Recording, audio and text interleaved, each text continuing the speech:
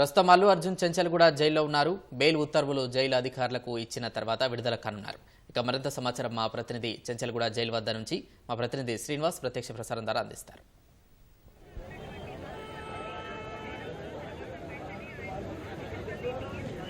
కొద్దిసేపటి క్రితమే అల్లు అర్జున్కు సంబంధించిన మధ్యంతర బెయిల్ ఉత్తర్వులు ఏవైతే ఉన్నాయో అవి ఫిజికల్గా న్యాయవాది ఆయన తరపు న్యాయవాది చెంచల్గూడ జైలు అధికారులకు సమర్పించడానికి తీసుకువచ్చారు. ఆయన కొద్దిసేపటి క్రితమే లోపలికి వెళ్ళినటువంటి పరిస్థితి.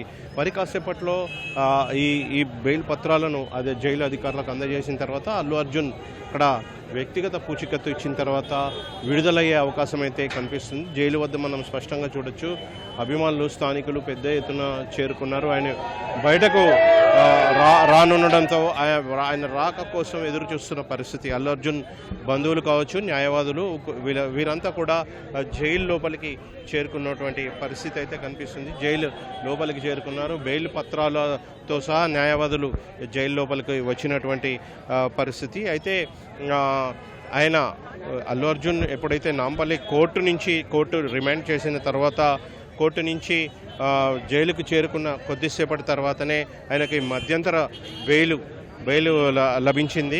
బెయిల్ లభించడంతో ఊరట దక్కిందని చెప్పవచ్చు. అయితే వ్యక్తిగత పూచికత్తు ఇచ్చిన తర్వాత బెయిల్ పత్రాలు ఇచ్చిన తర్వాత ఆయన మరి కాసేపట్లో జైలు నుంచి విడుదలయ్యే అవకాశం అయితే కనిపిస్తుంది.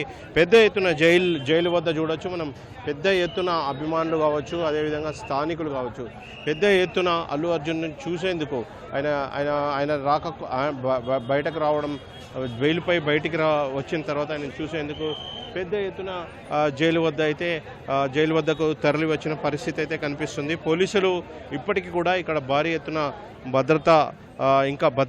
పోలీసు భద్రత అయితే కొనసాగుతున్న పరిస్థితి అయితే కనిపిస్తుంది.